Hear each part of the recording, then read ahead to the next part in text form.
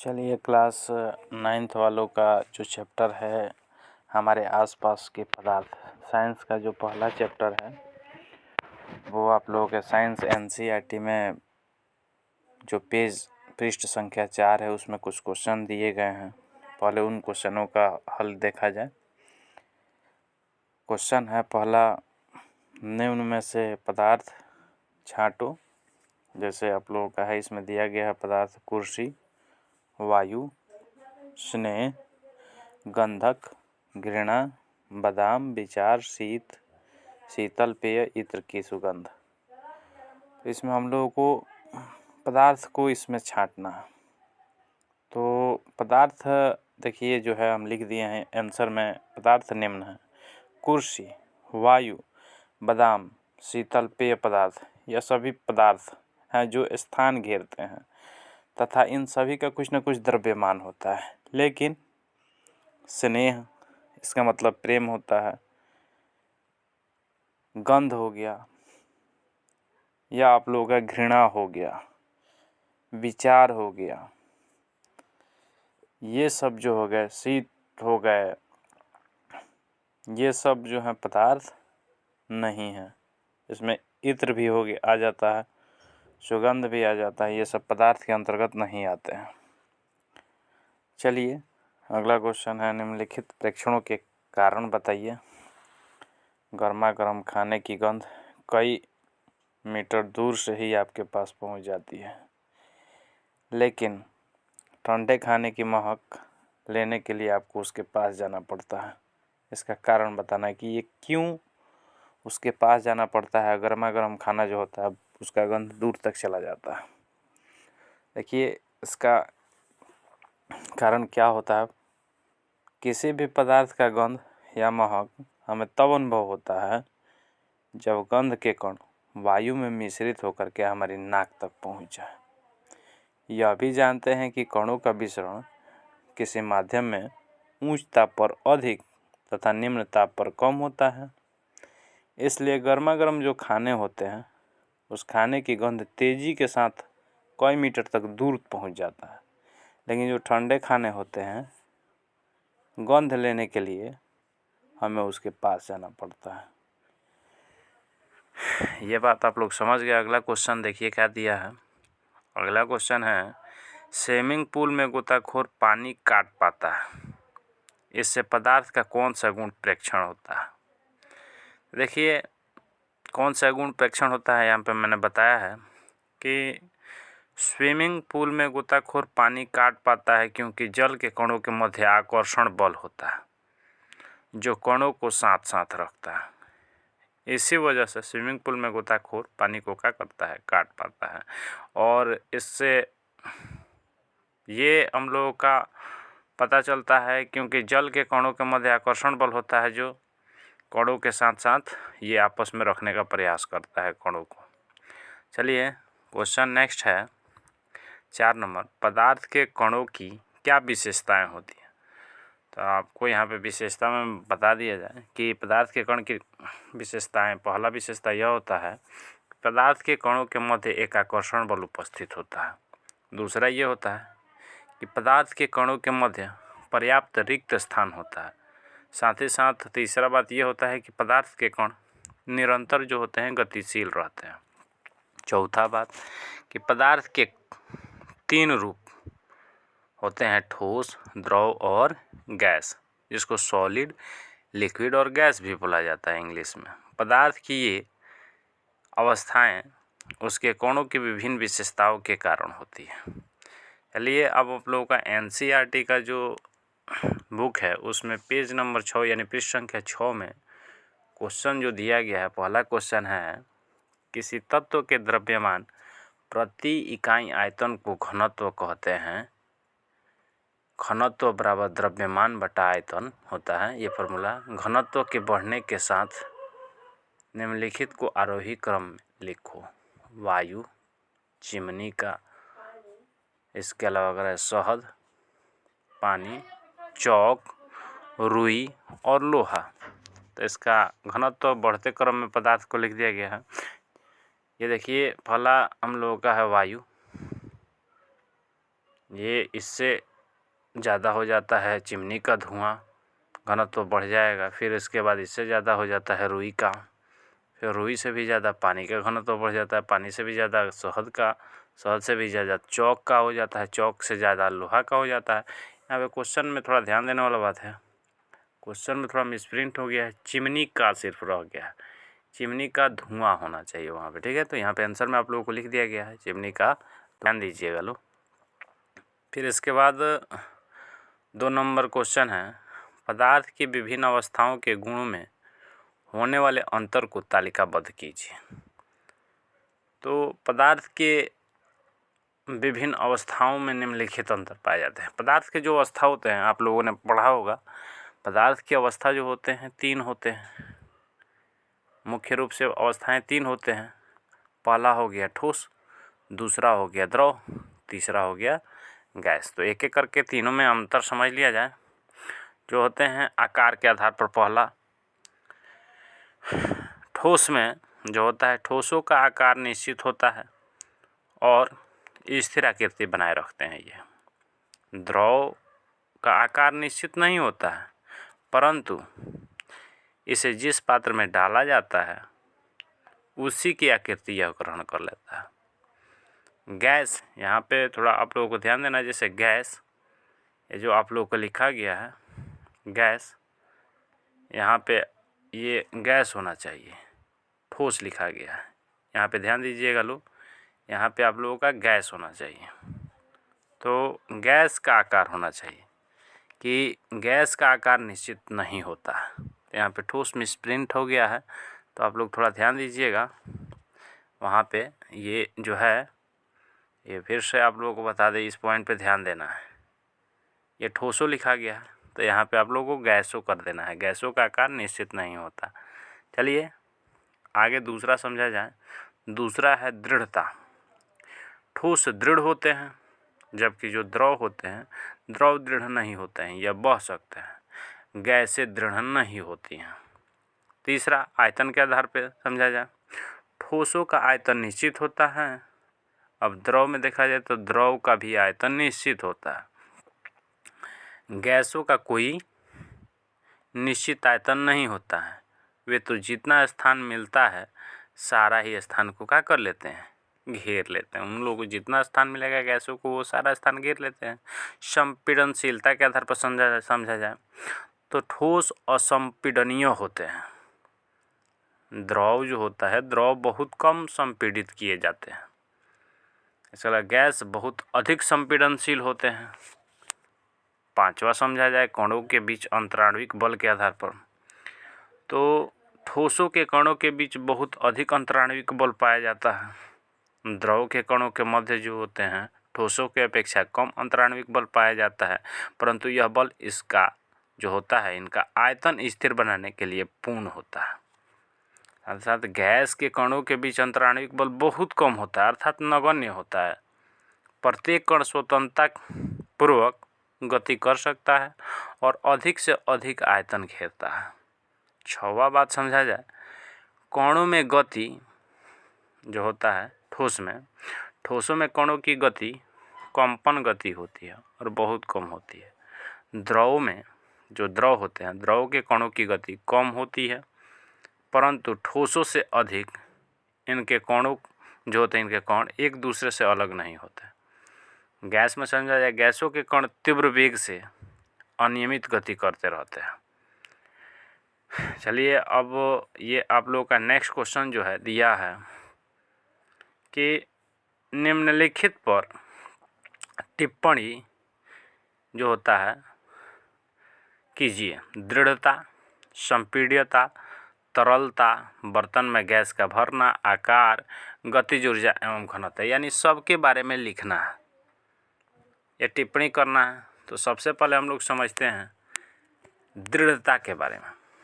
जो दृढ़ता होता है, दृढ़ता पदार्थों का वह गुण है जिसके कारण बाह्य बल लगाने पर किसी पदार्थ जो होता है, कोई पदार्थ अपना आकार नहीं बदलता है, लेकिन बल लगाने पर वे टूट जाते हैं। जैसे ठोस पदार्थ दृढ़ होते हैं, इसको बाह्य बल लगाया जाता है तो ये इसका आकार नहीं बदलता है, टूट जाता है। जैसे ईंट पे बल लगाया जाएगा तो वो अपना आकार नहीं बदलेगा बल्कि वो टूट जाएगा। तो ईंट एक प्रकार से ठोस होता है। संपीड्यता का अर्थ, अब संपीड्यता समझते हैं। तो संपीड्यता का अर्थ की जो होता है, पदार्थ पर जो होता है बल लगाने पर उसके कण एक दूसरे के समीप आ जाए जिससे उनका आयतन कम हो जाए। ठोस पदार्थों को तथा द्रव का संपीड़न नहीं किया जा सकता। गैसों को आसानी से संपीड़ित किया जा सकता है, यानी कि गैस को ही बल लगा करके उसके एक दूसरे के कण को आपस में नज़दीक लाया जा सकता है, जबकि ये ठोस में और द्रव में नहीं किया जा सकता। तरलता जो होता है, तरलता का अर्थ है बहाव, यानी कहने तरल मतलब बहने वाला चीज़ होता है। ऐसे पदार्थ जो बह सकते हैं उन्हें तरल या द्रव कहते हैं। कुछ पदार्थ आसानी से बहते हैं जैसे जल, दूध इत्यादि, लेकिन कुछ ऐसे भी पदार्थ हैं जो धीरे धीरे बहते हैं, जैसे शहद, ग्लिसरीन। जैसे शहद मध आप लोग देखे होंगे, ये इसको डाल दिया जाए कहीं भी गिराया जाए तो ये धीरे धीरे बहेगा, वही जल डाल दिया जाए तो बहुत जल्दी जल्दी बहेगा। तो ये कुछ पदार्थ जो होते हैं जल्दी जल्दी बहने वाले भी होते हैं, कुछ धीरे धीरे भी बहते हैं। बर्तन में गैस का भरना, गैसों को आसानी से संपीड़ित किया जा सकता है, इसलिए गैसों के अत्यधिक आयतन को एक कम आयतन वाले सिलेंडर में संपीड़ित करके भरा जा सकता है। जैसे द्रवित पेट्रोलियम गैस, जिसको लिक्विड पेट्रोलियम गैस भी कहा जाता है, शॉर्टकट में इसको संक्षेप में LPG कहा जाता है, जो घर में गैसों में प्रयोग किया जाता है। अस्पतालों में दिए जाने वाले ऑक्सीजन सिलेंडरों में भी संपीड़ित करके गैसों को भरा जाता है। इसी प्रकार संपीड़ित प्राकृतिक गैस CNG, इसको प्राकृतिक गैस बोला जाता है, यानी इंग्लिश में इसका फुल फॉर्म होता है कॉम्प्रेस्ड नेचुरल गैस, जिसको शॉर्टकट में हम लोग संक्षेप में CNG भी कहते हैं। को अधिक ताप पर जो होता है गैस CNG को भी अधिक ताप पर गैस सिलेंडर में क्या किया जाता है, भरा जाता है। इस गैस को भी सिलेंडर में अधिक ताप पर भरा जाता है। अब आकार के बारे में समझ लिया जाए। आकार जो है, यदि पदार्थ के कणों के बीच आकर्षण बल बहुत अधिक हो तो उनका आकार निश्चित होता है। जैसे ठोस पदार्थों का आकार निश्चित होता है, परंतु तरल पदार्थों के कणों के मध्य आकर्षण बल कम होने के कारण आकार निश्चित नहीं होता है। वे उसी बर्तन का आकार ग्रहण कर लेते हैं जिसमें उन्हें रखा जाता है। इसी प्रकार गैसीय पदार्थों का आकार भी निश्चित नहीं होता है। अब आप लोगों को गतिज ऊर्जा एवं घनत्व के बारे में थोड़ा समझना है, इसके बारे में भी बोला है क्वेश्चन में। तो पदार्थ के कण सदैव गतिशील रहते हैं, जिसके कारण उसमें गतिज ऊर्जा होती है। ठोस पदार्थ को जो होते हैं, ठोस पदार्थों के कणों की गतिज ऊर्जा बहुत कम होती है। तरल पदार्थों में ठोस पदार्थों से अधिक तथा गैसीय पदार्थ जो होते हैं गतिज ऊर्जा सबसे अधिक माना जाता है, ये सबसे अधिक होती है। घनत्व के बारे में समझते हैं। घनत्व किसी पदार्थ की एक इकाई आयतन का द्रव्यमान होता है। सामान्यतः यह मतलब पदार्थों का घनत्व ऐसे पदार्थ जो होते हैं, यहाँ पे समझ लिया जाए, ये येस हो गया है, ये येस नहीं होगा, यहाँ पे ऐसे होगा। ये आप लोगों को समझना, ऐसे पदार्थों का घनत्व, यानी आप लोगों को ये जो ध्यान देना है, येस हो गया, मिस प्रिंटिंग हो गया है, यहाँ पे येस नहीं होगा। येस के जगह पर ये जो येस है, इस जगह पर ऐसे पदार्थों का घनत्व अधिक होता है। आप लोग सुधार लीजिएगा, यहाँ पे मिस प्रिंटिंग थोड़ा सा हो गया है। चलिए आगे देखा जाए। गैसीय पदार्थों के कणों के मध्य खाली स्थान बहुत अधिक होता है। इनकी गतिज ऊर्जा भी बहुत अधिक होती है, परंतु इनका घनत्व ठोस तथा द्रव की अपेक्षा बहुत कम होता है। चलिए तीसरा क्वेश्चन जो है इसको समझा जाए। तीसरा क्वेश्चन है, कारण बताएं। गैस पूरी तरह उस बर्तन को भर देती है जिसमें इसे रखते हैं। पहला और भी क्वेश्चन दिया है इसमें, गैस बर्तन की दीवारों पर दबाव डालती है। सी क्वेश्चन दिया है, लकड़ी की मेज ठोस कहलाती है। डी जो है, हवा में हमें आसानी से अपना हाथ चला सकते हैं, लेकिन एक ठोस लकड़ी के टुकड़े में हाथ चलाने में हमें कराटे में दक्ष होना पड़ेगा, मैंने कराटा आना चाहिए, तभी जाकर लकड़ी को तोड़ सकते हैं, नहीं तो लकड़ी नहीं तोड़ पाएंगे। चलिए इसको एक एक करके समझा जाए, आगे समझा जाए। ये जो क्वेश्चन है ए, उसको गैस पूरी तरह उस बर्तन को भर देती है जिसमें हम रखते हैं, क्योंकि उच्च गतिज ऊर्जा तथा नगण्य आकर्षण बलों के कारण गैस के अणु उच्च वेग से सभी दिशाओं में गतिशील होते रहते हैं। अगला जो बात था हम लोगों का, गैस बर्तन की दीवारों पर दबाव डालती है, तो उसका यह होगा, कारण इसका यह होगा कि तेजी से गति करते हुए जब गैस के अणु बर्तन की दीवारों से टकराते हैं, वे दाब डालते रहते हैं। जब टकराएंगे तो वे दाब डालते रहते हैं। गैस द्वारा डाला गया दाब तेजी से गति करने वाले गैस अणुओं की बर्तन की दीवारों से टक्करों के कारण होता है।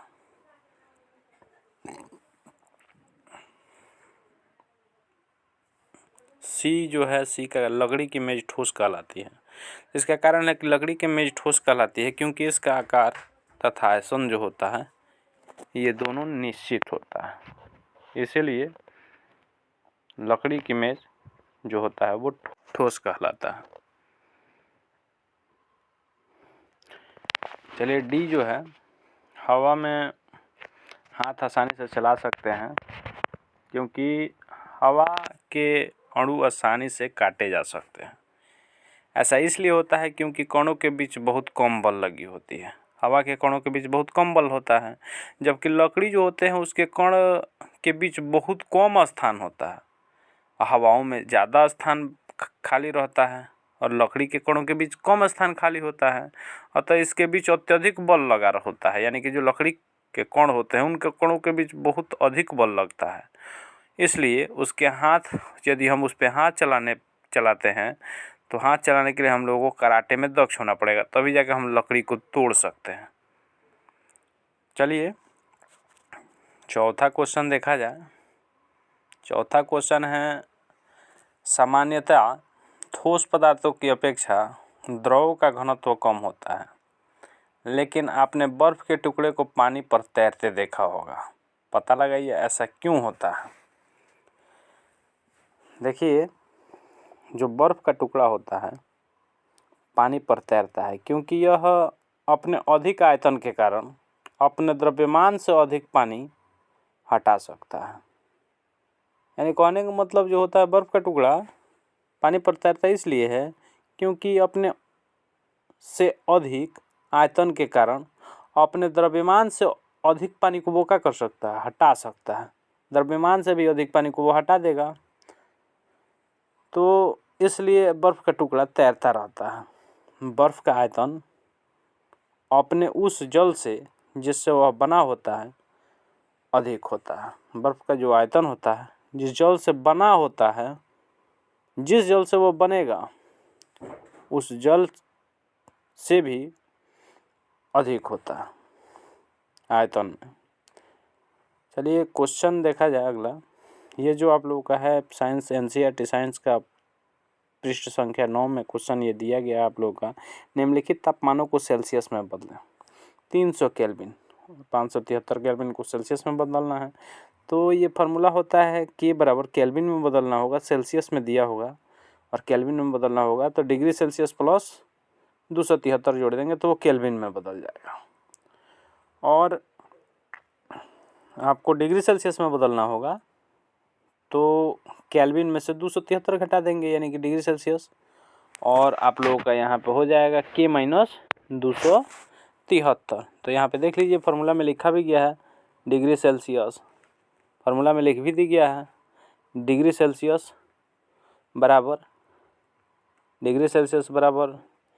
के माइनस 273 दे दिया गया है।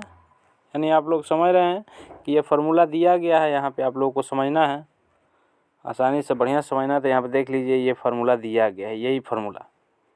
तो डिग्री सेल्सियस बराबर के माइनस 273। तो हम लोगों को यहाँ पे ध्यान देना है कि 300 केल्विन दिया है, इसको डिग्री सेल्सियस में बदलना है तो 300 में से 273 को घटा दिया गया, तो घटाने के बाद कितना आ गया, घटाएंगे तो 27 डिग्री सेल्सियस हो जाएगा। चलिए उसमें देखा जाए अगला, फिर से अगला क्वेश्चन है। तो अगला क्वेश्चन में फॉर्मूला होता है डिग्री सेल्सियस में बदलना है तो डिग्री सेल्सियस बराबर K माइनस 273, तो K माइनस 273, तो K का मान हम लोगों का कितना 573 है, केल्विन में मान 573 है, उसमें से घटा देंगे 200, क्योंकि फार्मूला में होता है 273 माइनस करते हैं तो 273 को घटा दिया गया, 573 में से 273 घट गया तो आंसर आ गया 200 डिग्री सेल्सियस। चलिए आप लोग आई थिंक ये समझ गए होंगे। फिर से अब समझा जाए, अगला क्वेश्चन दे दिया है 2 नंबर, निम्नलिखित ताप पर जल की भौतिक अवस्था क्या होगी। जल की भौतिक अवस्था हम लोगों को बताना है, तो 250 डिग्री सेल्सियस पर और 100 डिग्री सेल्सियस पर। बता दें आप लोगों को कि 250 डिग्री सेल्सियस ताप पर जल जो होता है वह उबल करके गैस के रूप में बदलना शुरू हो जाता है, यानी इस ताप पर जल गैसीय अवस्था में बदल जाएगा। 100 डिग्री सेल्सियस ताप पर जल द्रव तथा गैसीय अवस्था में बदल जाएगा।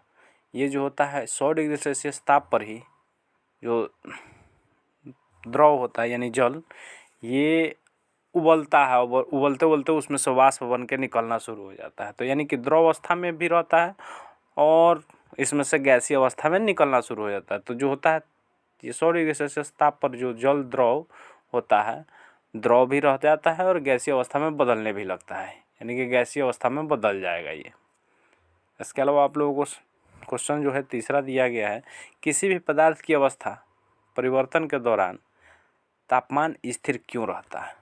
तो इसका आंसर होगा, किसी भी पदार्थ का ताप बढ़ाने पर वह एक निश्चित ताप पर अवस्था में परिवर्तन करके दूसरी भौतिक अवस्था प्राप्त कर लेता है। अब इसका ताप स्थिर रहता है क्योंकि वह जो होता है अब समस्त ऊष्मा अवस्था परिवर्तन में काम आती है। जो अवस्था परिवर्तन होता है उसमें ऊष्मा का काम आ जाता है, तथा यह तब तक रहता है जब तक पदार्थ एक अवस्था से दूसरी अवस्था में पूर्ण रूप से न बदल जाए। ऐसी ऊष्मा को पदार्थ की गुप्त ऊष्मा कहा जाता है। ऐसे ही ऊष्माओं को पदार्थ की गुप्त ऊष्मा कहा जाता है। चलिए नेक्स्ट क्वेश्चन दिया है, चौथा क्वेश्चन जो है आप लोगों का, वायुमंडलीय गैसों को द्रव में परिवर्तन करने के लिए कोई विधि सुझाइए। तो इसका आंसर होगा, हम जानते हैं कि पदार्थ की अवस्थाएं दाब और तापमान के द्वारा तय होती है।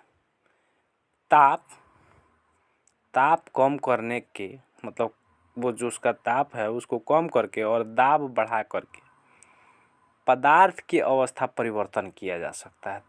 ताप को कम करेंगे और दाब को बढ़ाएंगे तो उसकी अवस्था बदला जा सकता है। वायुमंडलीय गैस की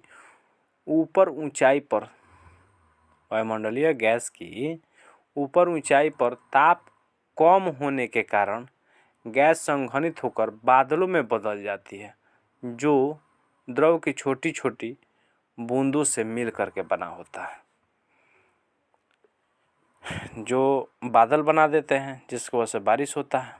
तो ये जो होते हैं संघनित हो करके बादल का निर्माण करते हैं, छोटे छोटे कण आपस में मिल जाते हैं तो संघनित हो जाता है। चलिए नेक्स्ट क्वेश्चन है आप लोगों का, जो NCERT के पृष्ठ संख्या 14 में दिया गया है। क्वेश्चन है, गर्म शुष्क दिनों में कूलर अधिक ठंडा क्यों करता है। देखिए इसका कारण होता है, कूलर के आधार में एक पानी भरने का बर्तन होता है, उसमें पानी भरा जाता है। जिसके घर कूलर होगा वो समझता होगा कि जो कूलर होता है उसके नीचे कूलर के जस्ट एक आधार में नीचे के तरफ पानी भरा होता है, पानी भर दिया जाता है पूरा, तो उसमें पानी भरा रहता है नीचवा। जब नीचे पानी भरा रहता है तो घनाकार बर्तन के एक फलक पर पंखा लगा रहता है। अब यहाँ पे पंखा भी लगा रहता है ऊपर फलक पर, तो पंखा चलते रहता है। तो जो पंखा होता है लगाया जाता है और अन्य 3 फलकों पर घास की चटाई, माने 3 गो फलक और ही होता है, उसमें घास का चटाई बना होता है, मतलब घास का चटाई रहता है। तो उन पर एक युक्ति का प्रयोग कर पानी गिराया जाता है, उस चटैया पर पानी गिराया जाता है पंखा बाहरी हवा को अंदर खींचता है, बाहरी हवा को पंखा अंदर खींचता है और पानी का वाष्पन होता है, पानी वाष्प बनने लगता है, जिसके कारण वह ऊष्मा अंदर आने वाली हवा से ग्रहण करता है और हवा ठंडी हो जाती है और हवा का हो जाता है, ठंडा हो जाता है। चलिए नेक्स्ट क्वेश्चन देखा जाए। 2 नंबर क्वेश्चन है कि गर्मियों में घड़े का जल ठंडा क्यों होता है? तो इसका भी कारण है। ये घड़ा जो होता है मिट्टी का बना होता है, तो मिट्टी से बने घड़े में छोटे छोटे जो होते हैं छिद्र होते हैं, छोटे छोटे छिद्र होते हैं, जिनसे घड़े में भरा पानी रिस कर माने नीचे की तरफ रिसने लगता है, रिस कर बाहर आ जाता है तथा वायुमंडल जो होता है कि गर्म वायु के संपर्क में आकर वाष्पीकृत हो जाता है। ये वाष्पीकृत हो जाता है। जल के वाष्पन में परिवर्तित होने के लिए आवश्यक ऊष्मीय ऊर्जा घड़े के भीतर वाले जल से प्राप्त होती है। इससे घड़े के भीतर उपस्थित जल जो होता है वह जल जो होता है ठंडा हो जाता है, यानी कहने का जल जो होता है वो ठंडा हो जाता है। अगला क्वेश्चन है, एसीटोन या पेट्रोल या इत्र डालने पर हमारी हथेली ठंडी क्यों हो जाती है? जैसे ही हम लोग अपने हाथ पर एसीटोन डालते हैं, पेट्रोल डालते हैं या इत्र डालते हैं तो हाथ ठंडा हो जाता है। इसका कारण क्या? तो देखिए, एसीटोन, पेट्रोल या इत्र शीघ्रता से वाष्पीकृत होता है, यानी कहने का मतलब ये वाष्प के रूप में उड़ना बहुत जल्दी चालू करता है। जब इन पदार्थों को हथेली पर डाला जाता है, हथेली पर जैसे ही डाला जाएगा तो यह हथेली से ऊर्जा प्राप्त कर लेते हैं तथा वाष्पीकृत हो जाते हैं। ऊर्जा जो होता है ताप के रूप, मतलब ये जो ताप होता है के रूप से हमारी हथेली ठंडी हो जाती है, यानी कि ऊर्जा के कारण जो होता है, जैसे आप लोगों का जो ऊर्जा होता है उसके वजह से ये क्या हो जाता है, हमारी हथेली ठंडा हो जाता है। चलिए नेक्स्ट क्वेश्चन देखा जाए। नेक्स्ट क्वेश्चन है चौथा, कप की अपेक्षा प्लेट से हम गर्म दूध या चाय जल्दी क्यों पी लेते हैं इसको? तो कप की अपेक्षा प्लेट से हम गर्म दूध या चाय जल्दी क्यों पी लेते हैं? इसका कारण है कि वाष्पीकरण या वाष्पन जो प्रक्रिया होता है एक सतही प्रक्रिया होता है, यानी कहने का मतलब क्षेत्रफल बढ़ जाता है। कप का क्षेत्रफल कम रहता है और प्लेट का क्षेत्रफल जो होता है बढ़ जाता है, यानी इस पर वाष्पीकरण जो होता है सतह वाला प्रक्रिया होता है। प्लेट की खुली सतह का क्षेत्रफल कप के क्षेत्रफल से अधिक होता है, यानी कि कप के भी क्षेत्रफल से कप जो होता है छोटा होता है और प्लेट जो होता है थोड़ा बड़ा होता है, तो इसका क्षेत्रफल बढ़ जाता है। अतः प्लेट से दूध या चाय का वाष्पीकरण कप की अपेक्षा अधिक तेजी से होने लगता है, यानी कि प्लेट पर कप से ज़्यादा जल्दी वाष्पीकरण होने लगता है, जिससे वह जल्दी से ठंडी हो जाते हैं। इसीलिए हम लोग चाय जो होता है या दूध जो होता है, ये प्लेट में जो प्लेट होता है क्षेत्रफल बढ़ जाता है, कप का तो क्षेत्रफल बहुत कम होगा ना। तो ये मान लीजिए एक प्रकार से प्लेट है, ये प्लेट हम बना दिए, तो प्लेट का क्षेत्रफल मान लीजिए कि प्लेट बनाया जाए तो देखा जाए प्लेट का क्षेत्रफल सपोर्टेड मान लीजिए ये प्लेट हो गया इतना बड़ा और ये कप हो गया, तो कप देखा जाए तो ये प्लेट से छोटा है और इसका क्षेत्रफल प्लेट का क्षेत्रफल कप से ज़्यादा होता है। इसके वजह से इस पर जैसे ही डाला जाता है तो वाष्प बन के जल्दी उड़ने लगता है, जिसकी वजह से दूध या चाय होता है वो ठंडा हो जाता है, जिसकी वजह से हम लोग आसानी से पी लेते हैं। नहीं तो कप में पियेंगे एक बार जैसे पी जाएंगे तो मुँह ही जल जाएगा। इसलिए प्लेट में थोड़ा डाला जाता है तो ठंडा हो जाता है, क्योंकि वाष्पीकरण होता है, इस वजह से हम लोग जल्दी चाय या दूध पी लेते हैं। चलिए क्वेश्चन अगला देखा जाए। अगला क्वेश्चन है, गर्मियों में हमें किस प्रकार के कपड़े पहनने चाहिए? तो गर्मी में हम लोगों को जो आरामदायक कपड़ा होता है उसे ही पहनना चाहिए, जो पसीना को सोख ले। तो ऐसे कपड़े कौन से होते हैं? तो सूती के कपड़े होते हैं। तो इसलिए गर्मी में हमें सूती के कपड़े पहनने चाहिए। पसीने के वाष्पीकरण के दौरान पसीना हमारे शरीर या आसपास के ऊर्जा प्राप्त करके वाष्प में बदल जाता है। वाष्पीकरण के गुप्त ऊष्मा के बराबर ऊष्मीय ऊर्जा हमारे शरीर से अवशोषित हो जाती है, जिससे शरीर ठंडा हो जाता है। चूँकि सूती कपड़ों में पसीने का अवशोषण अधिक होता है, इसलिए हमारा पसीना इसमें अवशोषित होकर वायुमंडल में आसानी से वाष्पीकृत हो जाता है। चलिए नेक्स्ट क्वेश्चन जो है वो देखा जाए। ये आप लोगों का पेज एनसीईआरटी जो है 13-14 में क्वेश्चन जो है ये दिया गया है। पहला क्वेश्चन है, निम्नलिखित तापमानों को सेल्सियस इकाई में परिवर्तित कीजिए। तो हम लोग जानते हैं सेल्सियस इकाई में बदलने के लिए फॉर्मूला क्या होता है, सेल्सियस बराबर डिग्री सेल्सियस में बदलना होता है केल्विन माइनस 273। तो केल्विन में मान दिया है 293, तो यहाँ पे दिया हम लोगों का 293 लिख दिया गया। 293 में से कितना घटा दिया, यहाँ पे 273 है तो इस 273 को यहाँ पे घटा दिया गया। ये 273 घट गया तो 293 में से 273 घटेगा तो आंसर हो गया 20 डिग्री सेल्सियस, जो सही आंसर हो गया। फिर उसके बाद फॉर्मूला जो होता है डिग्री सेल्सियस बराबर के माइनस 273 लिख दिया गया। तो केल्विन में मान हम लोग का दिया है यहाँ पे 470, तो इस 470 को यहाँ पे लिख दिया गया। 470 में से फॉर्मूला में होता है घटाया जाता है 273, तो यहाँ पे 273 को घटा दिया गया। 470 में से 273 घटेगा तो 197 डिग्री सेल्सियस, जो सही आंसर हो गया। चलिए नेक्स्ट क्वेश्चन देखा जाए। इसमें कह रहा है निम्नलिखित तापमानों को केल्विन इकाई में परिवर्तित करें। इसको केल्विन इकाई में बदलना है। तो केल्विन इकाई के लिए फॉर्मूला होता है केल्विन बराबर के बराबर डिग्री सेल्सियस प्लस 273। तो यानी कि सेल्सियस में जो दिया रहेगा उसमें 273 जोड़ दिया जाएगा। तो पहला ए में दिया है 25 डिग्री सेल्सियस, तो 25 डिग्री सेल्सियस जो है उसमें यहाँ पे 273 जो है फॉर्मूला में 273 को यहाँ पे जोड़ दिया गया। तो 25 प्लस 273 यानी 298 केल्विन में बदल गया ये। फिर उसके बाद फॉर्मूला आप लिख दिया गया यहाँ पे केल्विन बराबर डिग्री सेल्सियस प्लस 273। तो डिग्री सेल्सियस में मान दिया है यहाँ पे 273, तो यहाँ पे 273। फिर इसमें फॉर्मूला में होता है 273 नहीं, ये 373 है, तो 373 लिख दिया गया। फिर उसके बाद फॉर्मूला में होता है 273, तो यहाँ पे 273, 373 में 273 जोड़ दिया गया तो ये 646 केल्विन हो गया, जो सही आंसर हो गया, राइट आंसर हो गया। आई थिंक आप लोग बढ़िया से समझ गए। इसको अब बना लीजिएगा आप लोग, इस पर कितना भी क्वेश्चन देगा तो। चलिए नेक्स्ट सवाल देखा जाए। 3 नंबर, निम्नलिखित अवलोकनों हेतु कारण लिखें।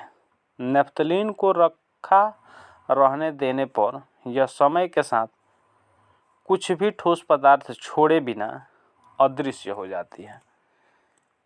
तो इसका देखिए, नेफ्थलीन एक ऊर्ध्वपातन पदार्थ है। ये कैसा पदार्थ है, तो ऊर्ध्वपातन पदार्थ है। ये ऊर्ध्वपातन पदार्थ है और वह ठोस अवस्था से सीधे गैस अवस्था में माने बिना द्रव में परिवर्तित हुए या डायरेक्ट ठोस से डायरेक्ट गैस में बदल जाता है। अतः कोई अवशेष नहीं बचता, ये डायरेक्ट गैस में बदल जाता है। यानी ठोस से जैसे ही गर्म करेंगे इसको तो ये द्रव में न बदल के डायरेक्ट गैस में बदल जाता है। बी ए, ये पहला ए क्वेश्चन था। अब चलिए बी क्वेश्चन देखिए क्या दिया है।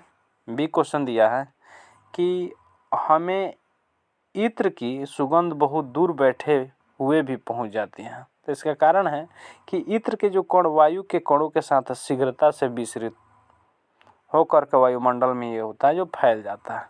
इत्र के कण जो होते हैं हवा के साथ, वायु के साथ जो होता है, वायु इसके साथ शीघ्रता से विसरित होता है। विसरित होकर के वायुमंडल में ये फैल जाता है, वायुमंडल में फैल जाता है।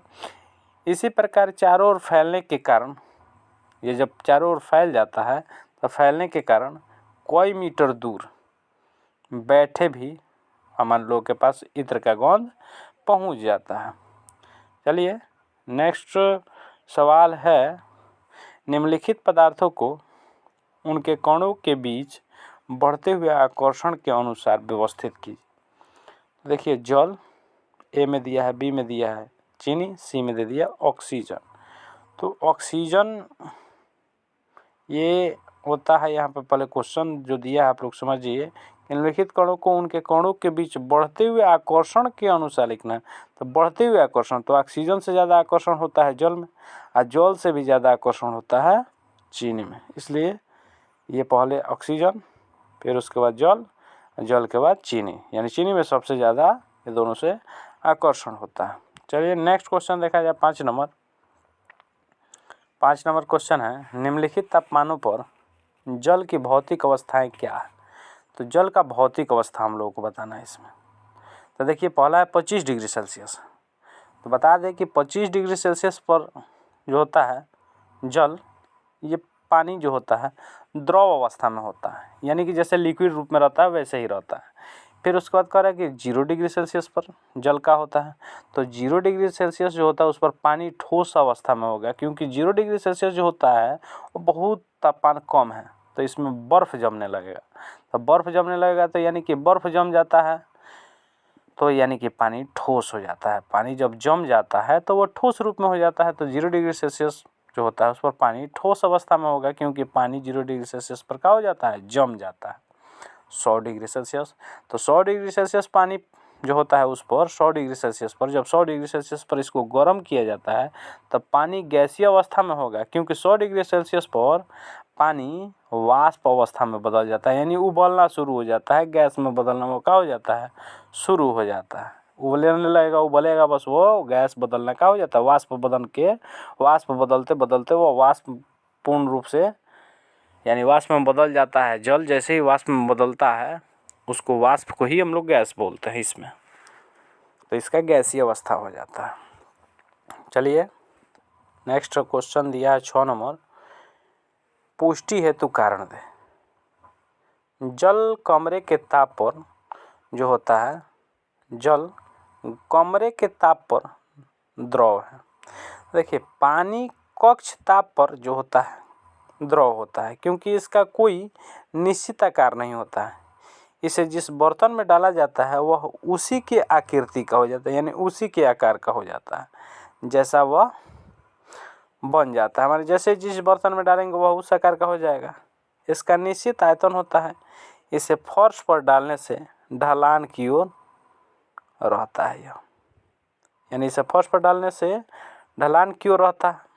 अतः हम कह सकते हैं कि कक्ष ताप पर पानी का होता है, द्रव होता है।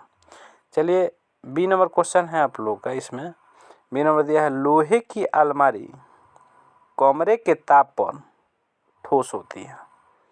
इसका भी कारण जान जाए तो लोहे की अलमारी ठोस असंपीड्य है, इसका आकार निश्चित होता है, इसलिए यह क्या होता है, ठोस होता है। यानी असंपीड्य भी है, कठोर और असंपीड्य है। ये कठोर और असंपीड्य है, इसका आकार निश्चित होता है, इसलिए यह क्या है, ठोस है।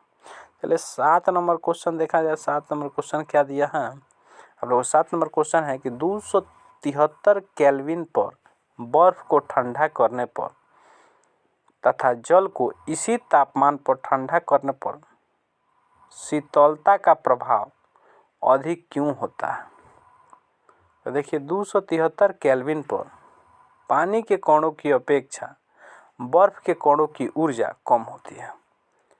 फलतः बर्फ वातावरण से अधिक ऊष्मा अवशोषित कर सकता है। यही कारण है कि समान ताप पर होते हुए भी बर्फ पानी की अपेक्षा अधिक ठंडक पहुंचाता है। यहाँ बात समझने वाला है कि ये बर्फ जो होता है ये पानी की अपेक्षा क्या पहुंचाता है, अधिक ठंडक पहुंचाने लगता है।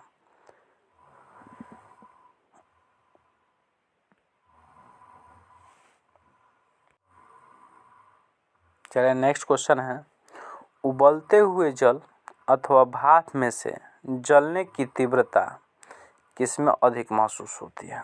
तो कहेंगे कि 373 केल्विन पर वाष्प के कणों की ऊर्जा समान ताप पर जो होता है, समान ताप पर पानी के कणों की ऊर्जा से अधिक होता है। ऐसा वाष्प के कणों द्वारा वाष्पन की गुप्त ऊष्मा के रूप में अतिरिक्त ऊर्जा अवशोषित किए जाने के कारण होता है। अतः जब वो वाष्प त्वचा के संपर्क में आता है तो समान ताप पर उबलते पानी की अपेक्षा अधिक ऊर्जा मुक्त करता है। फलतः 373 केल्विन पर वाष्प द्वारा समान ताप पर उबलते पानी की अपेक्षा अधिक जलन पैदा करता है। यानी कहने का मतलब जब जलेगा तो ज़्यादा जलन पैदा करता है। चलिए नेक्स्ट क्वेश्चन 9 नंबर क्वेश्चन जो है ये आप लोगों का दिया है के निम्नलिखित चित्र से के लिए A B C D E तथा एफ की अवस्था परिवर्तन को नामांकित करना है। ये हम लोगों को फिगर दे दिया है, इसके अवस्था परिवर्तन को नामांकित करना। ऊष्मा में वृद्धि तथा दाब में कमी। देखिए तो ये दे दिया है ठोस, यहाँ पे आप लोगों को ठोस दे दिया है, ये ठोस है, फिर उसके बाद बीच में द्रव दे दिया है, फिर उसके बाद गैस दे दिया। यहाँ पे ए, यहाँ पे बी, यहाँ पे सी, यहाँ पे डी, और फिर उसके बाद आप लोगों का यहाँ पे ई दे दिया। तो चलिए समझा जाए, तो यहाँ पे एफ दे दिया। तो चलिए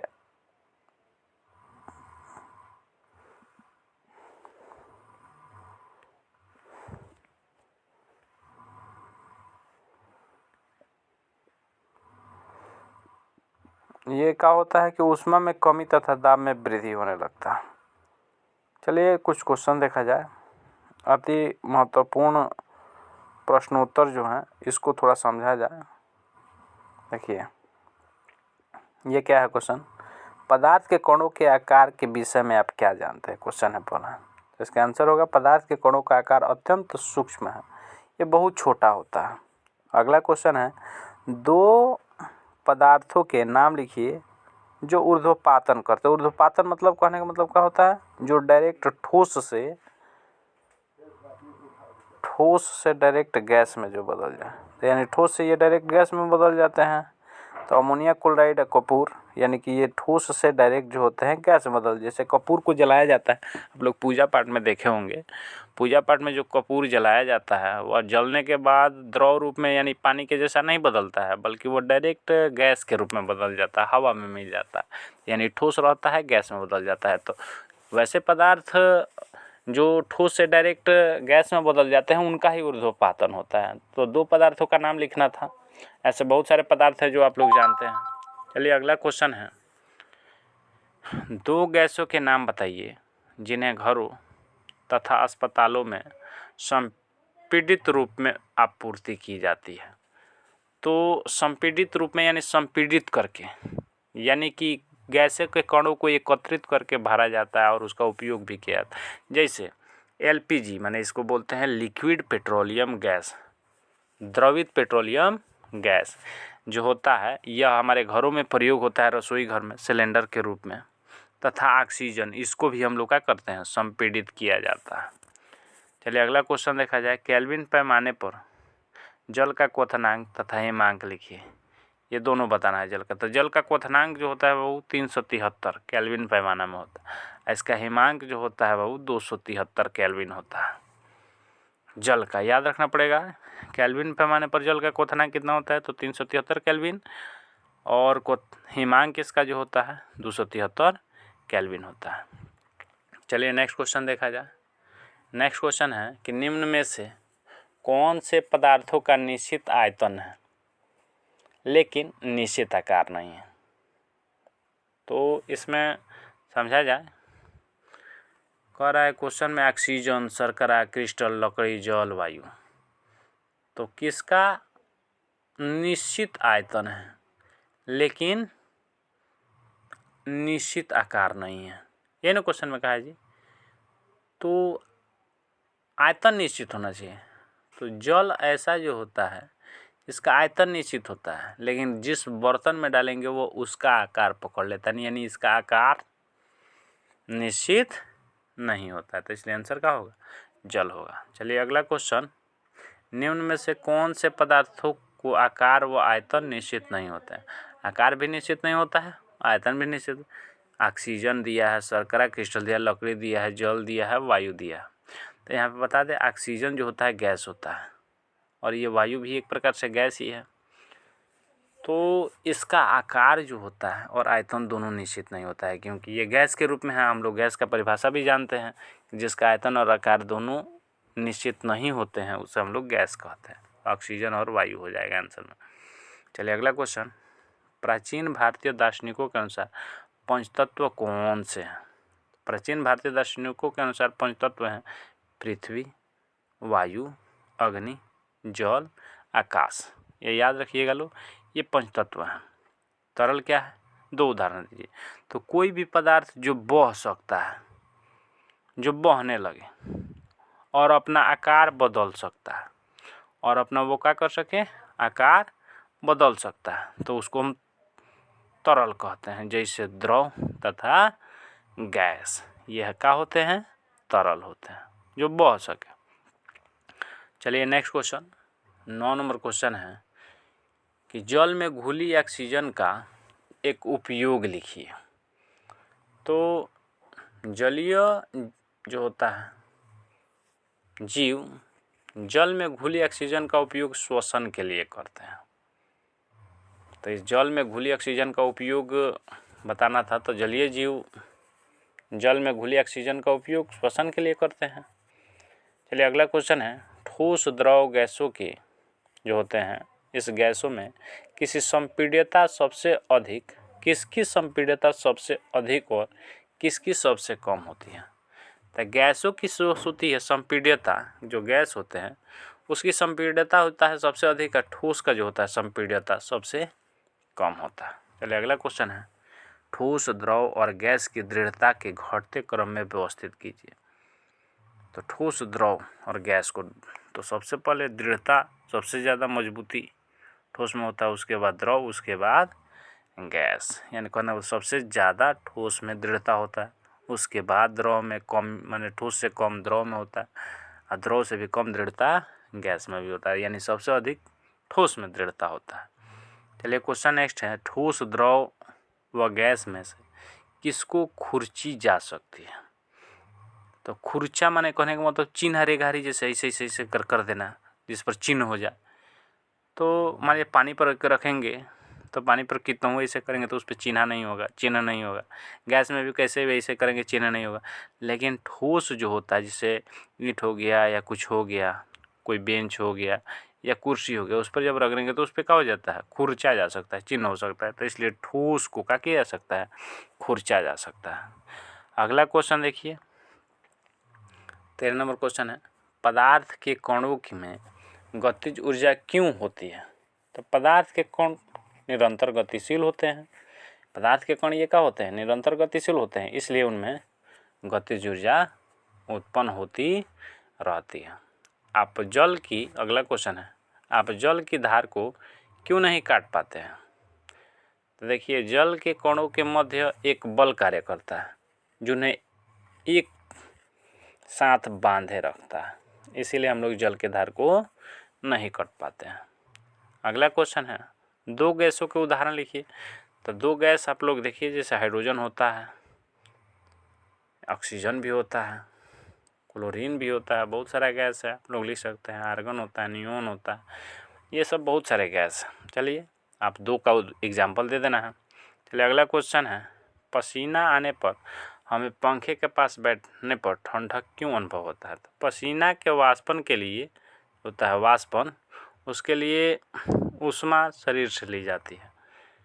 अब पंखे में बैठने से वाष्पन की दर बढ़ जाती है, यानी कहने तो वाष्प बन के जल्दी जल्दी उड़ने लगेगा, जिसके वजह से हम लोगों को ठंडक अनुभव होता है।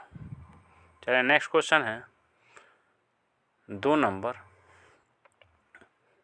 क्वेश्चन है, आर्द्रता से आप क्या समझते हैं। तो देखिए आर्द्रता जो होता है, वायु के प्रति घन मीटर में उपस्थित जलवाष्प की मात्रा जो होती है, ये मात्रा वही आर्द्रता कहलाती है, यानी कि वायु के प्रति घन मीटर में उपस्थित जलवाष्प की मात्रा आर्द्रता कहलाती है। ऊर्ध्वपातन की परिभाषा देना है, तो अभी हम आप लोगों को बताए उस टाइम कि किसी पदार्थ का ठोस अवस्था से सीधा, यानी ठोस डायरेक्ट जब गैसीय अवस्था में बदल जाता है तो वह ऊर्ध्वपातन कहलाता है। तो किसी पदार्थ का ठोस अवस्था से सीधा गैसीय अवस्था में बदलना ऊर्ध्वपातन कहलाता है। किन्हीं दो ऊर्ध्वपातन पदार्थों के नाम लिखिए, जैसे कपूर, अमोनियम क्लोराइड, नेफ्थलीन, शुष्क बर्फ, यानी इसको जलाएंगे, जैसे ही गर्म करेंगे या जलाएंगे तो ये ठोस से डायरेक्ट गैस में बदल जाता है। उन कारकों को लिखिए जो किसी गैस को द्रवित करने में सहायक हो, गैस को द्रवित करने में सहायक हो। देखिए उच्च दाब व निम्न ताप दो ऐसे कारक हैं जो किसी गैस को द्रवित करने में सहायक है। चलिए नेक्स्ट क्वेश्चन देखा जाए, 6 नंबर क्वेश्चन है, फैला देने पर गीले कपड़े क्यों जल्दी सूखते हैं? देखिए, फैला देने पर गीले कपड़े सूखते हैं क्योंकि फैलाने से उनकी सतह का क्षेत्रफल जो होता है, क्षेत्रफल बढ़ जाता है, उनके सतह का क्षेत्रफल बढ़ जाता है और जल के वाष्पन का दर भी क्या हो जाता है, बढ़ जाता है, जिसकी वजह से कपड़ा जल्दी सूख जाता है। गलन की ऊष्मा क्या है? तो देखिए, किसी पदार्थ के 1 किलोग्राम को उसके गलनांक पर ठोस अवस्था से द्रव अवस्था, यानी इस ठोस अवस्था से इसको द्रव अवस्था में बदलने के लिए आवश्यक ऊष्मा को ही गलन की गुप्त ऊष्मा कहते हैं। चलिए, वाष्पन की गुप्त ऊष्मा क्या है?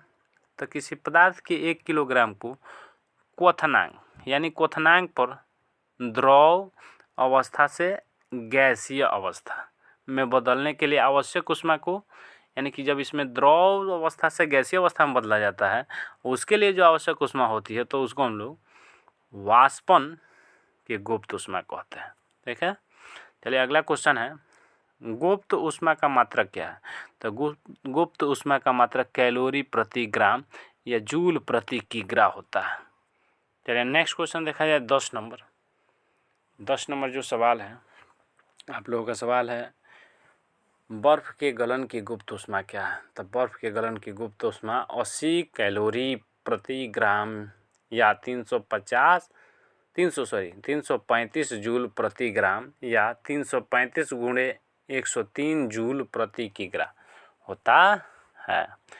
चलिए, जल के वाष्पन की गुप्त ऊष्मीय मतलब ऊष्मा क्या है? यहाँ ऊष्मी नहीं होगा, यहाँ पर ऊष्मा होगा, सिर्फ ऊष्मा, सुधार लीजिएगा थोड़ा।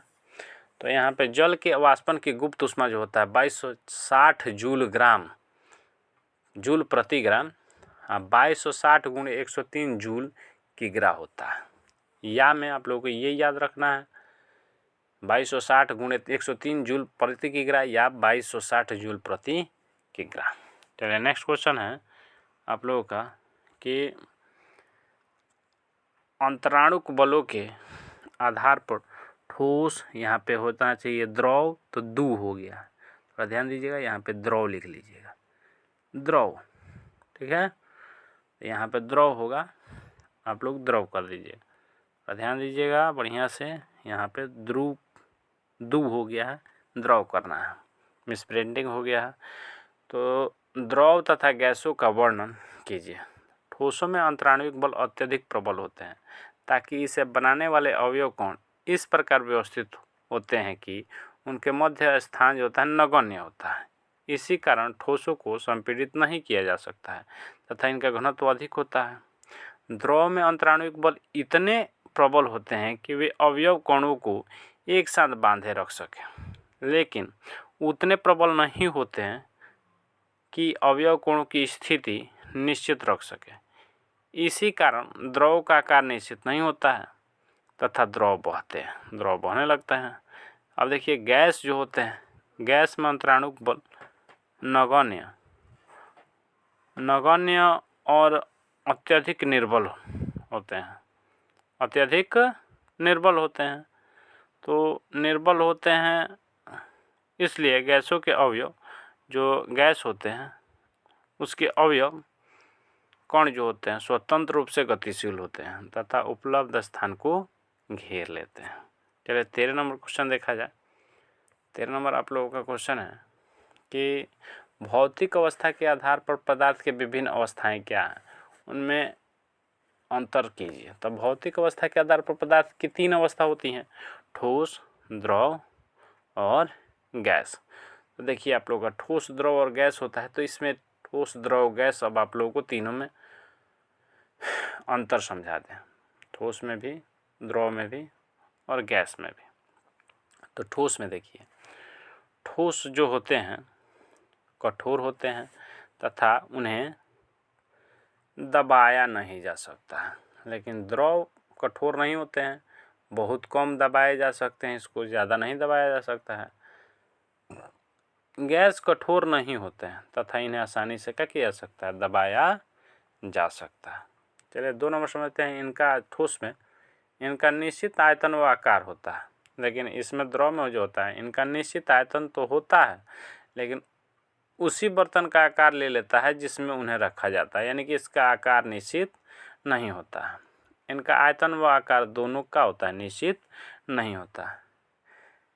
ठोस में अगला तीसरा देखा, ये बहते नहीं हैं, ये उच्च तरल से निम्न तरल की ओर बहते हैं, ये सभी तरफ बहते हैं। इसके अलावा उदाहरण में इसमें ठोस में लोहा गंधक हो जाएगा। द्रव का उदाहरण जल, पेट्रोल होता है। गैस में आप लोगों का वायु हो गया, हाइड्रोजन हो गया, ऑक्सीजन हो गया, क्लोरीन हो गया, बहुत सारा उदाहरण हो सकता है। चलिए नेक्स्ट क्वेश्चन देखा जाए। क्वेश्चन जो है आप लोगों का अब 14 नंबर क्वेश्चन का दिया। 14 नंबर क्वेश्चन दिया है, वायुमंडलीय गैसों का विसरण जलीय जीवों के लिए किस प्रकार उपयोगी है। तो वायुमंडलीय गैस है, विशेषकर ऑक्सीजन, कार्बन डाइऑक्साइड जो होता है, कार्बन डाइऑक्साइड, ऑक्सीजन एवं कार्बन डाइऑक्साइड विसरण द्वारा, ये विसरण द्वारा जल में घुल जाती है। घुली हुई ऑक्सीजन का उपयोग जलीय जंतु श्वसन के लिए करते हैं।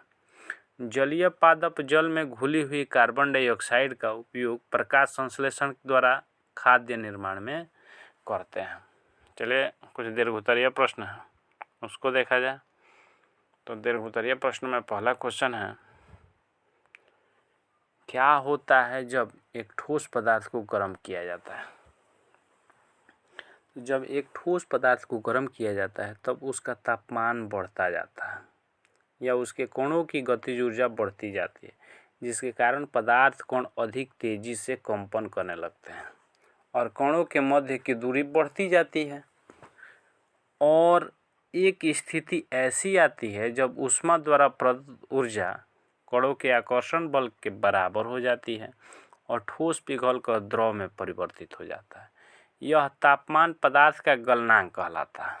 जो ये तापमान होता है पदार्थ का गलनांक कहलाता है। अतः किसी पदार्थ का गलनांक वह तापमान है जिस पर कोई पदार्थ पिघलकर सामान्य वायुमंडलीय दाब पर द्रव में बदल जाता है, यानी कि द्रव में परिवर्तित हो जाता है। उदाहरण के लिए आप लोगों को बता दें कि बर्फ़ का गलनांक जो होता है 273.16 केल्विन है। सुविधा के लिए इसे हम 273 के लिखते हैं। आप लोग जानते हैं के को केल्विन कहते हैं। चलिए अगला क्वेश्चन देखा जाए। 2 नंबर क्वेश्चन जो है आप लोगों का, वाष्पीकरण या वाष्पन क्या है। उन कारकों का उल्लेख कीजिए जिन पर वाष्पीकरण की दर निर्भर करती है। देखिए आप लोग बता जाए कि वाष्पीकरण या वाष्पन वह प्रक्रिया है जिसके द्वारा कोई द्रव अपने क्वथनांक से भी कम ताप पर वाष्प में परिवर्तित हो जाता है। वायुमंडल से ऊष्मा लेकर द्रव की खुली सतह के कण वाष्प में बदल जाते हैं। वाष्पीकरण की दर निम्न कारकों पर निर्भर करता है। पहला, द्रव की खुली सतह, यानी कि द्रव को छोटे या कम खुली सतह वाले बर्तनों में रखने पर वाष्पन की दर कम और चौड़े या अधिक खुली सतह वाले बर्तन में अधिक होती है। चलिए अगला क्वेश्चन है, इसी में क्वेश्चन नहीं दूसरा पॉइंट है आप लोगों का, वाष्पन की दर निर्भर करने वाला जो कारक है दूसरा है वायु का ताप। तो वायुमंडल का ताप अधिक होने पर वाष्पीकरण की दर अधिक होती है। वायुमंडलीय अब तीसरा कारक है वायुमंडल में उपस्थित आर्द्रता। तो वायुमंडल में उपस्थित आर्द्रता या नमी कम होने पर वाष्पीकरण की दर अधिक और अधिक होने पर कम होती है। अगला क्वेश्चन है वायु की गति में वृद्धि। जब वायु की गति बढ़ जाती है तो जलवाष्प तेजी से दूर ले जाती है, जिससे आसपास के स्थान में जलवाष्प की मात्रा कम हो जाती है और वाष्पन की दर बढ़ जाती है, यानी कि वाष्पन का दर बढ़ जाता है। तो यह सामान्य अनुभव की बात है जो होता है, तेजी से वायु के कपड़े वो जल्दी सूखते हैं। अगला क्वेश्चन देखा जाए 3 नंबर क्वेश्चन है कि कुछ मापने योग्य राशियां के एसआई मात्रक व प्रतीक लिखिए। तो कुछ मापने योग्य राशियां उनके एसआई मात्रक आप लोगों को बता दें। जैसे तापमान का मात्रक केल्विन होता है। तो केल्विन को हम लोग संकेत इसका आप लोग जानते हैं कि केल्विन को के से सूचित किया जाता है। तो यहाँ पे बता दें कि इसका प्रतीक जो होता है के होता है और इसका मात्रक केल्विन बोला जाता है। लंबाई, तो लंबाई के लिए मीटर और इसका संकेत एम होता है। सनहती के लिए किलोग्राम होता है, इसको संकेत यानी प्रतीक में केजी। भार का मात्रक न्यूटन होता है, इसका संकेत एन होता है। आयतन, तो आयतन का घन मीटर, तो घन मीटर के लिए एम क्यू माने मीटर क्यू। घनत्व का किलोग्राम प्रति घन मीटर होता है, तो इसको लिखते हैं केजी प्रति मीटर क्यू। इसके अलावा दाब का होता है पास्कल का संकेत होता है पी। चलिए नेक्स्ट क्वेश्चन देखिए। 4 नंबर जो क्वेश्चन है ये आप लोगों का चौथा क्वेश्चन जो है वो क्या दिया है। चौथा क्वेश्चन दे दिया है कि गैस बर्तन की दीवारों पर दाब क्यों डालती है। संपीड़ित गैसों के सामान्य उदाहरण दीजिए व उनके उपयोग लिखिए। देखिए इसका आंसर होगा गैसीय अवस्था में कण सभी दिशाओं में गतिशील रहते हैं और बर्तन की दीवारों से टकराते रहते हैं। बर्तन की दीवारों पर जो बर्तन के जो दीवार होते हैं उसके दीवारों पर आरोपित जो होते हैं दाब आरोपित करते हैं। सिलेंडर में गैस उच्च दाब जैसे उच्च प्रेशर जो होता है उस पर भरी जाती है और वह अत्यधिक संपीड़ित होती है।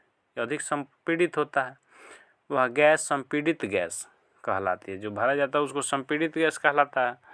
इसके अलावा आप लोगों को आगे बता दिया जाए कि अत्यंत उच्च दाब पर संपीड़ित गैस द्रवित हो जाती है, इसे द्रवीकृत गैस कहा जाता है, यानी कि लिक्विफाइड गैस इसको कहते हैं। जैसे आप लोगों को एक नंबर बता दें कि घरों में खाना बनाने के लिए उपयोग किए जाने वाले सिलेंडर में उच्च दाब पर पेट्रोलियम गैस भरी जाती है, जिसे द्रवीकृत पेट्रोलियम गैस यानी कि द्रवित पेट्रोलियम गैस भी बोला जाता है, यानी लिक्विफाइड पेट्रोलियम गैस, इसको संक्षेप में एलपीजी कहते हैं। संपीड़ितकृत ऑक्सीजन यानी कंप्रेस्ड ऑक्सीजन, तो देखिए अस्पतालों में प्रयोग की जाती है इसको, तो अस्पतालों में प्रयोग की जाती है इसको और मरीजों को ये दी जाती है जो सामान्य रूप से श्वसन नहीं कर पाते हैं, यानी जो सामान्य रूप से सांस नहीं ले पाते हैं उसको ये दिया जाता है संपीड़ित ऑक्सीजन। तीसरा बात समझते हैं संपीड़ित प्राकृतिक गैस यानी कंप्रेस्ड नेचुरल गैस, इसको संक्षेप में सीएनजी बोला जाता है। तो इसका उपयोग आजकल एक स्वच्छ ईंधन यानी क्लीन आप लोगों का जो होता है फ्यूल के रूप में इसका उपयोग होता है। ये वाहन चलाने में इसका उपयोग होता है। ठीक है, अगला क्वेश्चन जो है 5 नंबर देखिए लो। 5 नंबर क्वेश्चन है कि विसरण क्या है। विसरण क्या है, जल में मिलाने पर किसका विसरण तेजी से होगा, ठोस का या द्रव का। तो विसरण जब एक क्रिस्टल या द्रव की बूंद को जल में मिलाया जाता है तो उसके कण धीरे धीरे समान रूप से जल में फैल जाते हैं, तो ये जल में फैल जाता है। इस प्रकार हम कह सकते हैं कि जब दो अलग अलग प्रकार के कण वाले पदार्थ जो होते हैं संपर्क में होते हैं तो उन पदार्थों के कणों का स्वतः मिश्रित होना, जो स्वतः मिलने लगते हैं, उसी को हम लोग क्या कहते हैं, विसरण कहते हैं, यानी ये विसरण कहलाता है। अतः संपर्क में होने पर दो या अधिक प्रकार के कणों का स्वतः मिश्रित होना विसरण कहलाता है। आप लोग बता दें कि एक ठोस का दूसरे ठोस में विसरण संभव नहीं है या अत्यंत कम है। एक ठोस या एक द्रव का किसी द्रव में विसरण सामान्य प्रक्रिया है और किसी द्रव का अन्य द्रव में विसरण दर ठोस की अपेक्षा अधिक होती है। ताप के साथ भी विसरण की दर बढ़ जाती है। क्वेश्चन अगला देखिए क्या दिया है, 6 नंबर क्वेश्चन है, बताइए क्यों गर्मा गर्म खाने की गंध कई मीटर दूर से ही आपके पास पहुंच जाती है, लेकिन ठंडे खाने की महक लेने के लिए आपको उसके पास जाना पड़ता है। इस तरह का क्वेश्चन पहले भी हम लोग सॉल्व कर चुके हैं। देखिए बता दें किसी पदार्थ के गंध या महक हमें तभी अनुभव होती है जब महक के कण वायु में मिश्रित होकर के हमारे नाक तक पहुंच जाए। हम यह भी जानते हैं कि कणों को विसरण किसी माध्यम में उच्च ताप पर अधिक और निम्न ताप पर कम होता है। इसलिए गर्मा गर्म उच्च ताप वाले खाने जो होते हैं, खाने की गंध तेजी से के साथ कई मीटर दूर तक पहुंच जाती है। लेकिन ठंडा जो खाना होता है, कम ताप वाला न होता है, तो खाने की गंध लेने के लिए हम लोगों को उसके पास जाना पड़ता है, ठंडा खाना के पास जाना पड़ता है। चलिए निम्न को परिभाषित कीजिए। पहला क्वेश्चन है गुप्त ऊष्मा, गलन की गुप्त ऊष्मा, वाष्पन की गुप्त ऊष्मा। तो गुप्त ऊष्मा किसी निश्चित ताप पर दी गई ऊष्मा कि वह मात्रा जो पदार्थ की भौतिक अवस्था में परिवर्तन करने के लिए दी जाती है, गुप्त ऊष्मा कहलाती है।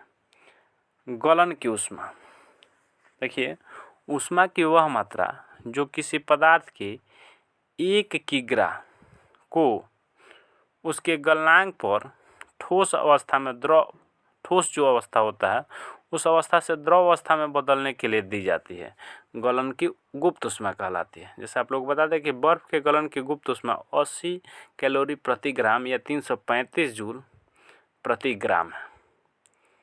चलिए अगला क्वेश्चन देखा जाए। इसमें दे दिया है आप लोगों को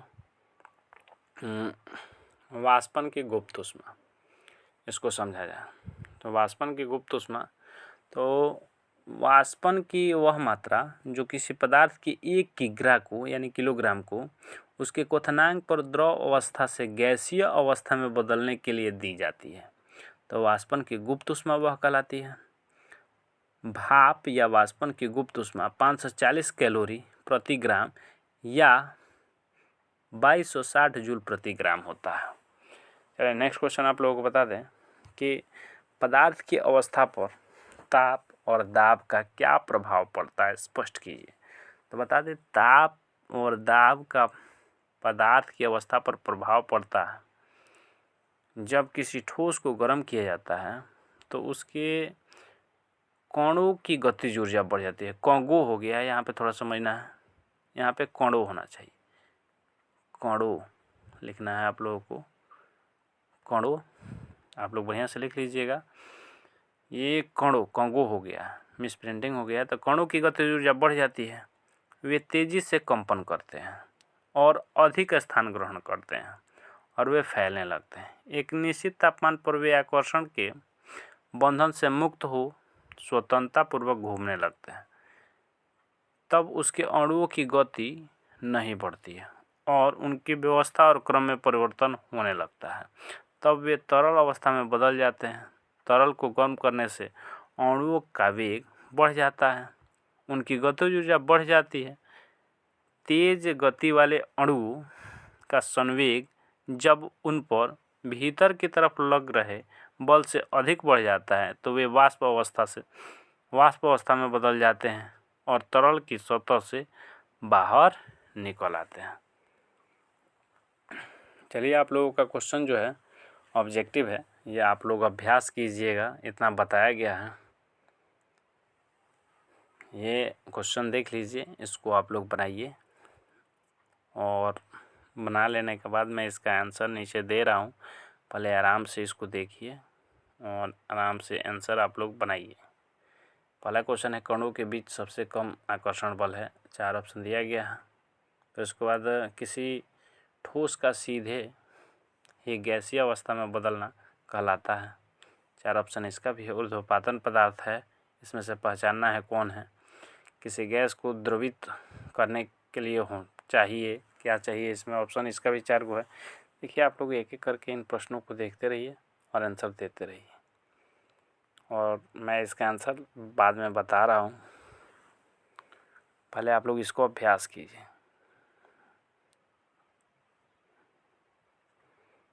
चलिए कुल क्वेश्चन आप लोगों को धीरे धीरे आप लोगों का जो क्वेश्चन है मैं ऊपर करते जा रहा हूँ। आप वीडियो रोक करके क्वेश्चन को देख सकते हैं और बना सकते हैं। तो इस तरह से आप लोगों का मैंने क्वेश्चन टोटल दिखा दिया कि ऑब्जेक्टिव क्वेश्चन है ये, और ये आप लोगों का टोटल 20 क्वेश्चन है और मैं यहाँ पे अब आप लोग इसका वीडियो जो है रोक रोक करके क्वेश्चन को देख लेना है और क्वेश्चन बनाना है अपने मन से। फिर उसके बाद मैं अब यहाँ पे आप लोगों को आंसर दे रहा हूँ। बना लेने के बाद इसको मिला लीजिए। 20 क्वेश्चन है, 20 क्वेश्चन का मैंने आंसर दे दिया। चलिए ठीक है, आई थिंक आप लोगों को समझ में आया होगा। चैनल को लाइक कीजिए, सब्सक्राइब कीजिए और शेयर कीजिए।